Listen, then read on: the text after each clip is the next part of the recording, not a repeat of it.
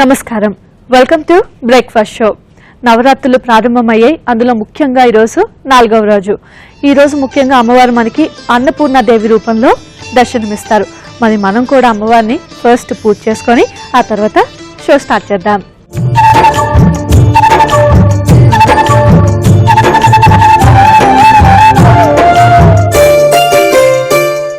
So ముఖ్యంగా ఈరోజు మనకి అన్నపూర్ణాదేవి అవతారంలో అమ్మవారు దర్శనమిస్తున్నారు. అన్నపూర్ణాదేవి అంటే మీ అందరికీ తెలిసిందే, జీవన కోటికి అంటే మనందరికీ కూడా ముఖ్య ఆధారం అన్నం. ఆ అన్నాన్ని ప్రసాదించేదే అన్నపూర్ణాదేవి. అందుకే ఈమెకి అన్నపూర్ణాదేవిగా మనం చక్కగా పూజలు చేస్తూ ఉంటాం. మరి ఈ రోజు అన్నపూర్ణాదేవికి ఇష్టమైన నైవేద్యం చేయబోతున్నాను, అదే కొబ్బరి అన్నం. సో నేను స్టార్ట్ చేసేస్తాను, చక్కగా చూసి నేర్చుకోండి.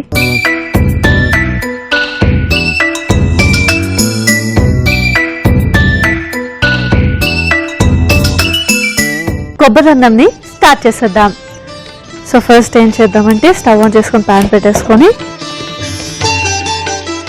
ఇందులో నెయ్యి వేసుకుందాం. సో నెయ్యి మనకి కొంచెం కరగాలి. సో ఈ అన్నపూర్ణ అమ్మవారు మనకి చక్కగా చేతిలో రసపాత్ర అంటారు, అంటే అన్నం ఉంటుందన్నమాట ఆ గిన్నె, దాంతో దర్శనమిస్తారు. ఎప్పుడు మీరు చూసినా కూడా అన్నపూర్ణ అమ్మవారిని ఒక చేతిలో ధాన్యం ఉంటుంది, ఒక చేతిలో రసపాత్ర ఉంటుంది. అంటే అనంత కోటికి జీవకోటికి ఆధారం అన్నం. సో అన్నాన్ని మనం పరబ్రహ్మ స్వరూపం అంటాము. అంటే ఈశ్వరుడికి కూడా భిక్ష పెట్టింది అన్నపూర్ణాదేవి అంట. సో అమ్మవారిని ఈరోజు మనం కనుక చక్కగా ధాన్యాలతో వాటితో వీటితో పూజిస్తే కనుక మనకి తిండికి ఎలాంటి లోటు లేకుండా చక్కగా ఐశ్వర్యం కలుగుతుందని నమ్మకం. ఓకే, నెయ్యి కరిగింది. ఇప్పుడు ఇందులోనే మనం ఆవాలు, జీలకర్ర, అలాగే పచ్చిశనగపప్పు, అంటే ఫస్ట్ మనం పోపు వేసేసుకుంటున్నాము, తర్వాత మినపప్పు, అలాగే కొంచెం మిరియాలు, ఎండుమిర్చి, జీడిపప్పు. సో ఇవన్నీ వేసుకొని వేయించుకోవాలి.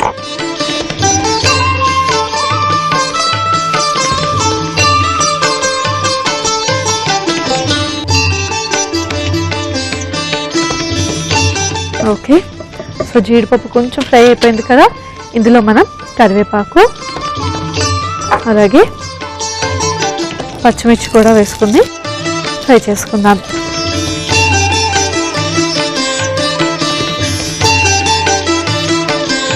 సో పచ్చిమిర్చి కొంచెం వేగిన తర్వాత ఇందులోనే మనం కొబ్బరి తురుము కూడా యాడ్ చేసుకుందాం.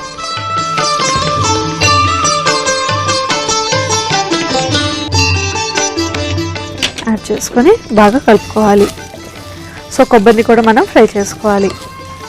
సో మనం ఆల్రెడీ రైస్ని బాయిల్ చేసి పెట్టుకున్నాం అనుకోండి, డైరెక్ట్గా ఇలాగా ప్యాన్లో చేసేసుకోవచ్చు. లేదా పచ్చిబియ్యం తీసుకుంటే మీరు ఏం చేయొచ్చు అంటే కుక్కర్లోనే డైరెక్ట్గా ఇప్పుడు చేసే కదా ప్రాసెస్, యాస్టీస్ ప్రాసెస్ ఫాలో అయిపోయి అందులోనే మనం రైస్ అంటే బియ్యం అండ్ కొబ్బరి పాలు వాటర్ కూడా పోసుకొని మూత పెట్టేసుకున్నారనుకోండి, జస్ట్ కొన్ని విజిల్స్ వచ్చిన తర్వాత తీస్తే మనకి రెడీ అయిపోతుంది. లేదు ఆల్రెడీ అన్నం బాయిల్డ్ ఉంది అనుకుంటే డైరెక్ట్ ప్యాన్లో చేసుకుంటే ఇంకా సింపుల్గా ఉంటుంది. ఓకే, సో కొబ్బరి మనకి ఇంకొంచెం ఫ్రై అవ్వాలి. సో ఇంకొంచెం కొబ్బరిని ఫ్రై చేసుకుందాము. సో కొబ్బరి అన్నం అనేది జనరల్గా మనం కొబ్బరి అనేది మనకి చాలా శక్తిని ఇస్తుంది. సో అలాంటప్పుడు మన ఉపవాసాలు అవి ఇవి ఉంటాం కాబట్టి కొబ్బరి అన్నం మీరు తీసుకోవడం చాలా బెటర్. మార్నింగ్ తీసుకోలేకపోయినా ఈవినింగ్ ఉపవాసం ఉంటారు కదా, ఈవినింగ్ అయిపోయిన తర్వాత చక్కగా అమ్మవారికి దీపాలు పెట్టుకున్న తర్వాత ఇది నైవేద్యంగా తీసుకుంటే చాలా బాగుంటుంది. సో అసలు అన్నం అంటేనే మనకి అన్నపూర్ణాదేవి కాబట్టి అన్నాన్ని అమ్మవారికి ముఖ్యంగా నైవేద్యం చేస్తూ ఉంటారు. సో అన్నాల్లోనే మనకి డిఫరెంట్గా తయారు చేస్తూ ఎవరికి నచ్చిన విధంగా వారికి తయారు చేస్తూ పెడుతూ ఉంటారు. అందులో ముఖ్యంగా చెప్పుకోవాల్సింది కట్టె పొంగలి కానీ దద్దోజనం కానీ, అలాగే పులిహార, ఇప్పుడు చేస్తున్నాం కదా కొబ్బరి అన్నం, ఇవన్నీ కూడా అన్నాలే కాబట్టి మన అమ్మవారికి చక్కగా వీటిలో ఏదో ఒకటి చేసుకొని నైవేద్యం పెట్టుకొని పూజ చేసుకుంటారు. సో అన్నపూర్ణాదేవికి మనం అన్నంతోనే డిఫరెంట్గా వంటలు చేయొచ్చు. సో కొబ్బరి అంతా కూడా మనకి కొంచెం ఫ్రై అయింది కదా, ఇంకొంచెం లైట్గా ఫ్రై అయితే సరిపోతుంది. ముఖ్యంగా చెప్పాలి అంటే ఈ నవరాత్రులు చూడాలి అంటే మనకి ఎక్కువ నార్త్ సైడ్ చాలా బాగుంటుందండి. అంటే బెంగాల్ కానీ అటువైపు వెళ్తే ఈ నవరాత్రుల్ని చాలా నిష్టగా వాళ్ళు పూజ చేస్తూ ఉంటారు. సో ఎక్కడ చూసినా కూడా ప్రతి ఇంట్లో కూడా కంపల్సరీగా అమ్మవారిని ప్రతిష్ఠ చేసి ఈ నవరాత్రులు కూడా చక్కగా జరుపుకుంటారు. అలాగే వీధిలో కూడా దుర్గా అమ్మవారి బొమ్మలు కూడా పెడుతూ ఉంటారు. ఓకే, సో ఇక్కడ మనకి కొబ్బరి కూడా ఫ్రై అయిపోయిన తర్వాత ఉడికించుకున్న రైస్ వేసుకోవాలి. వేసుకొని బాగా కలుపుకోవాలి. ఓకే, సో అన్నంని ఇంకొంచెం మనం వేయించుకోవాలంటే బాగా కలుపుకోవాలి.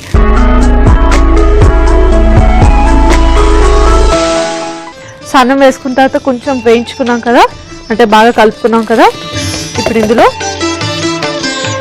తగినంత ఉప్పు కూడా వేసుకొని ఒకసారి కలుపుకుందాం.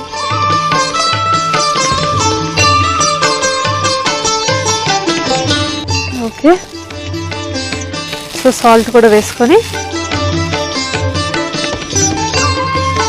బాగా మిక్స్ చేసుకోవాలి.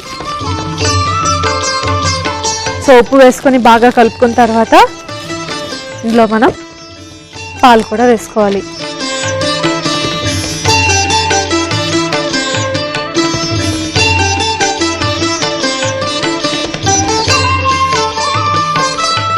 సో ఆల్రెడీ మనం ఉడికించుకున్న రైస్ వేసుకున్నాం కాబట్టి పాలు మరీ ఎక్కువ వేసుకోవద్దు, ఎందుకంటే పాలు బాగా మరిగిన తర్వాత అన్నం పేస్ట్ అయిపోతుంది అన్నమాట. సో ఉడికిన రైస్ కాబట్టి మనకి ఫ్లేవర్ కోసం, టేస్ట్ కోసం కొంచెం పాలు వేసుకుంటే సరిపోతుంది. సో ఇదంతా కూడా మనం బాగా మిక్స్ చేసుకోవాలి.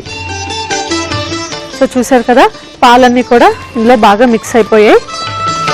సో ఆఫ్ చేసేసుకుందాము.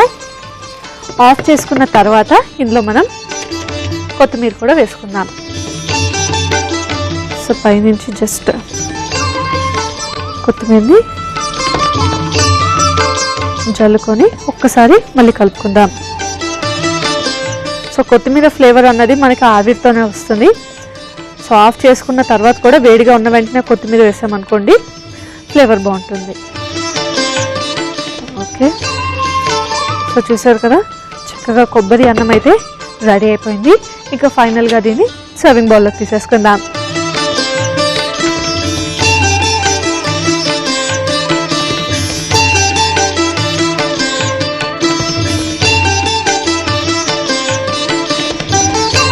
సో కొబ్బరి అన్నం రెడీ అయిపోయింది. ఫైనల్గా ఇందులో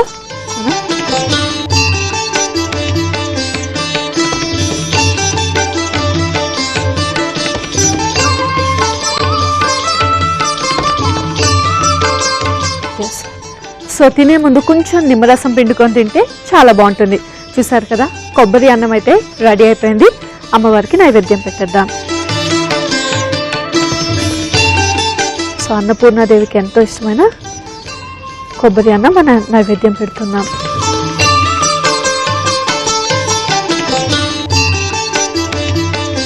చూసారు కదా, కొబ్బరి అన్నాన్ని నైవేద్యం పెట్టేశాము. అండ్ టేస్ట్ కూడా చూస్తాను.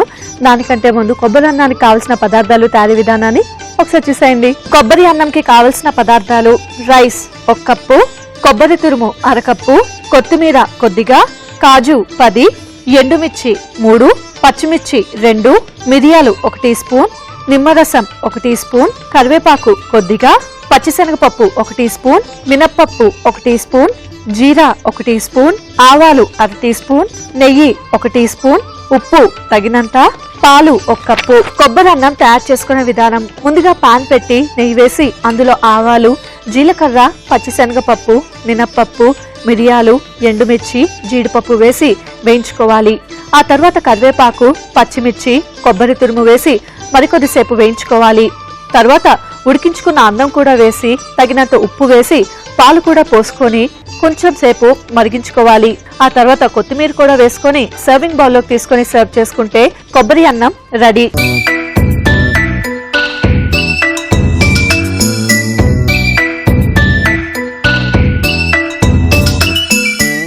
ఓకే, కొబ్బరి అన్నానికి కావాల్సిన పదార్థాలు తయారీ విధానం చూశారు కదా. చక్కగా అమ్మవారికి నైవేద్యం కూడా చేసాము.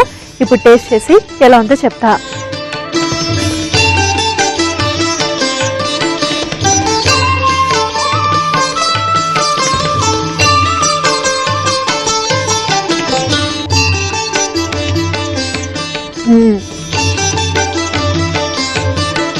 అసలు అమ్మవారి నైవేద్యం అంటే ప్రత్యేకించి చెప్పాలా, చాలా బాగుంది.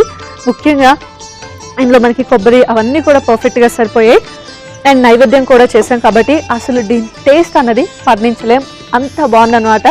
సో ముఖ్యంగా మీ అందరూ కూడా కొబ్బరి అన్నాన్ని నైవేద్యం చేయండి. సో ఒక హాట్ అయిపోయింది, నెక్స్ట్ స్వీట్ కూడా చేసి నైవేద్యం పెడితే మనకి కంప్లీట్ అయిపోతుంది అనమాట. కాబట్టి స్వీట్ చేయబోతున్నాను, అది కూడా హల్వా. అమ్మవారికి హల్వా అంటే చాలా ఇష్టం ఉంటూ ఉంటుంది. నైవేద్యాల్లో ఒక నైవేద్యం హల్వా కూడా పెడుతూ ఉంటారు. సో రెగ్యులర్గా మనం చేసుకునే హల్వా కాకుండా నేను కొంచెం డిఫరెంట్గా బంగాళదుంప ఖర్జూరం హల్వా చేయబోతున్నాను. సో ప్రాసెస్ స్టార్ట్ చేస్తాను, ఫాలో అయిపోండి.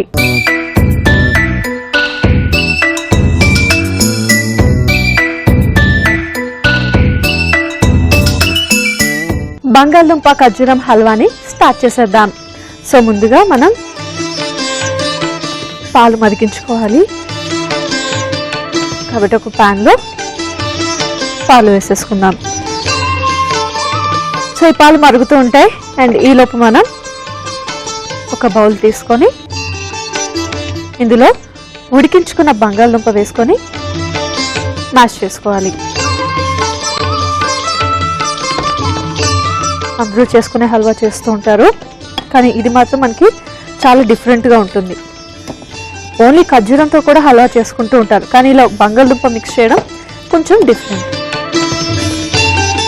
సో కేసర్ బాత్, హల్వా ఇవన్నీ కూడా అమ్మవారికి నైవేద్యం చేస్తూ ఉంటారు.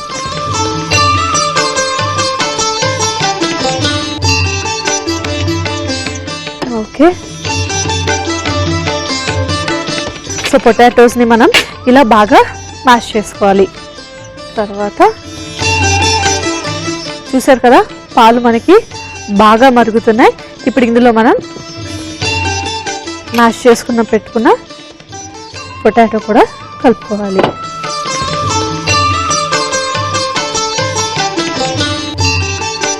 సో పొటాటో మ్యాష్ వేసుకొని బాగా మిక్స్ చేసుకోవాలి. సో పొటాటో మ్యాష్ని కొంచెం కొంచెం యాడ్ చేసుకుంటూ మీరు బాగా మిక్స్ చేసుకోవాలి. అండ్ హల్వాల్లోనే చాలా రకాల హల్వాలు చేస్తూ ఉంటారు, మీకు ఐడియా ఉండే ఉంటుంది. డ్రై ఫ్రూట్ హల్వా కానీ, అండ్ కోవా హల్వా. అంటే ఇప్పుడు మనం పొటాటో మ్యాష్ వేసుకున్నాం కదా, ఈ బంగాళదుంప మ్యాష్ బదులు ఇందులో కోవా మిక్స్ చేస్తూ ఉంటారు. సో అప్పుడు మనకి కొంచెం ఆ స్వీట్నెస్ అనేది ఎక్కువే ఉంటుంది. ఇలా రకరకాల హల్వాలు చేసుకోవచ్చు. సో ఒక్కొక్క అమ్మవారికి ఒక్కొక్క నైవేద్యం ఇష్టం ఉంటుంది కాబట్టి దాంట్లోనే మీరు కొంచెం ఇలా డిఫరెంట్గా ఏదైనా చేస్తే బాగుంటుంది. ఓకే, చూసారు కదా, మనం బంగాళదుంప మ్యాష్ వేసుకున్న తర్వాత మనకి చాలా థిక్గా అయిపోయి, సో ఇలా కలుపుకుంటూనే ఉండాలి. అండ్ బాగా మిక్స్ అయిన తర్వాత ఇందులో మనం పంచదార కూడా వేసేసుకుందాం. సో హల్వా కాబట్టి కొంచెం స్వీట్ ఉంటేనే బాగుంటుంది. పంచదార వేసుకొని బాగా మిక్స్ చేసుకొని ఇదంతా కూడా మనం ఇంకొంచెం సేపు మరగనివ్వాలి. ఓకే, సో ఈలోపు ఏం చేద్దామంటే మనం ముందే చెప్పాం కదా బంగాళదుంప ఖర్జూరం హల్వా అని. సో ఖర్జూరం తీసుకున్నాం కదా, దీన్ని ఆల్రెడీ చిన్న చిన్న ముక్కలు కట్ చేసుకుని ఉంచుకున్నాం. ఎప్పుడైతే ఈ పాలంతా కూడా దగ్గర పడిందో అప్పుడు మనం ఈ ఖర్జూరం ముక్కల్ని ఇందులో యాడ్ చేసుకోవాలి. సో తింటున్నప్పుడు నోటికి తగులుతుంటే చాలా బాగుంటుంది కాబట్టి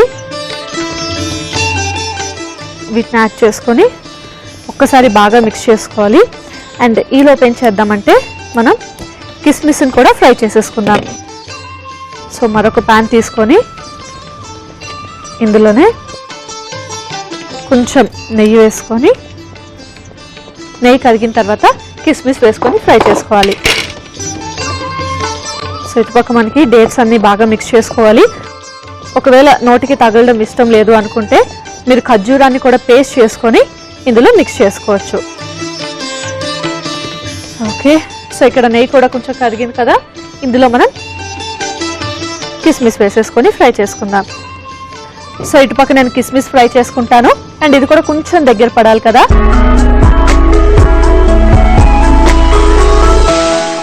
సో ఇక్కడ కిస్మిస్ అన్ని కూడా చక్కగా ఫ్రై అయిపోయాయి, అండ్ హల్వా కూడా దగ్గర పడిపోయింది.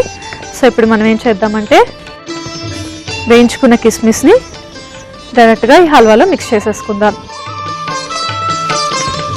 సో ఒక్కసారి కిస్మిస్ వేసుకున్న తర్వాత మనం బాగా మిక్స్ చేసుకొని సర్వింగ్ బౌల్లోకి తీసేసుకోవడమే. ఎస్, సో చక్కగా హల్వా అయితే రెడీ అయిపోయింది. దీన్ని మనం సర్వింగ్ బౌల్లోకి తీసుకొని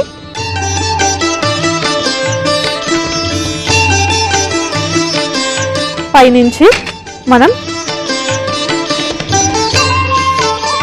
బాదం పప్పు అంటే తురుముకున్న బాదం అండ్ కాజు వేసుకొని సర్వ్ చేసేసుకుంటే చక్కగా బంగాళదుంప ఖర్జూరం హల్వా అయితే రెడీ అయిపోయింది. సో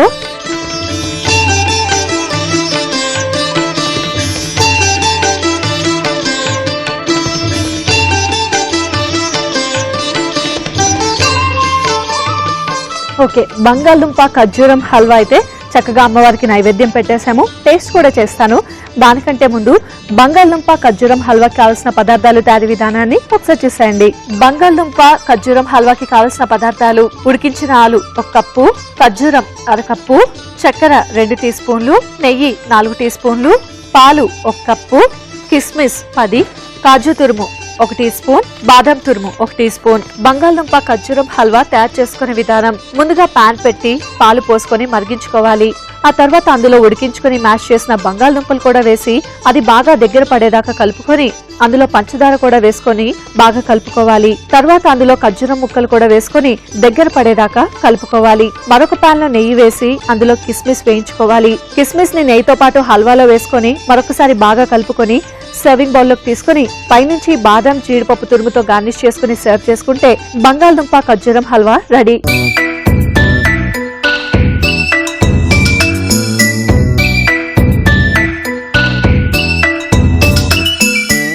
బంగాళదుంప ఖర్జూరం హల్వాకి కావాల్సిన పదార్థాలు తయారీ విధానం చూశారు కదా. ఇప్పుడు టేస్ట్ చేసి ఎలా ఉందో చెప్తా.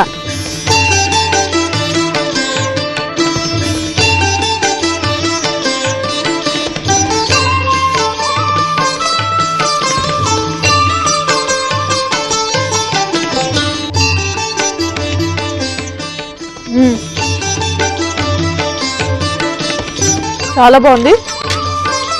బంగాళదుంప ఖర్జూరం 2 కాంబినేషన్ బాగుంది. అని చెప్పా కదా, తింటున్నప్పుడు మనం ఖర్జూరం ముక్కలుగా వేసుకుంటే తింటున్నప్పుడు నోటికి తగిలి చాలా బాగుంటుంది.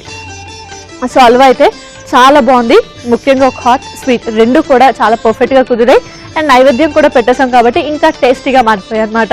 సో చూసారు కదా, ఈరోజు చక్కగా 2 నైవేద్యాలను చేసి పెట్టాను. నేర్చుకున్నారు కదా. ఒకవేళ చూడలేదు, మిస్ అయ్యామనుకుంటే జస్ట్ లాగిన్ టు www.facebook.com/etvabruchi లేదా www.youtube.com/etvabruchi ఈ రెండిట్లోకి లాగిన్ అవ్వచ్చు. దాంతో పాటు ఈటీవీ అభిరుచి ఛానల్ ని సబ్స్క్రైబ్ కూడా చేసుకోవచ్చు. సో ఎప్పుడు కావాలంటే అప్పుడు టేస్టీ వంటల్ని ఆస్వాదించవచ్చు. అండ్ అలాగే నెక్స్ట్ ఎపిసోడ్ కోసం కూడా వెయిట్ చేయండి. నెక్స్ట్ ఎపిసోడ్ లో కూడా మరో 2 నైవేద్యాలతో మీ ముందుంటాను. Until then, bye by.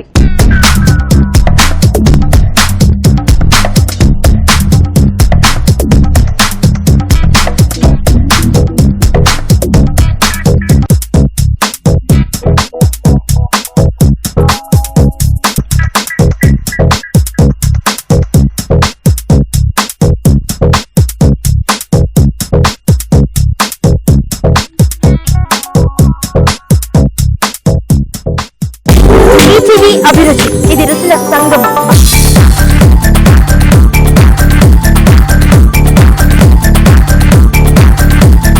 వేల కొద్ది వంటలు, లక్షల కొద్ది రుచులు.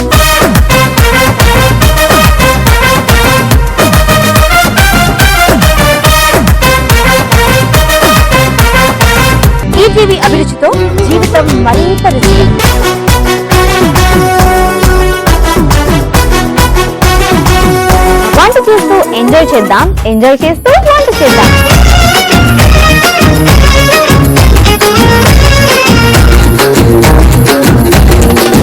అభిరుచి మిస్ అయ్యారంటే you are going to miss something. Any time 24 hours మీరు చూడగలిగే south India's first Telugu cookery channel ETV అభిరుచి.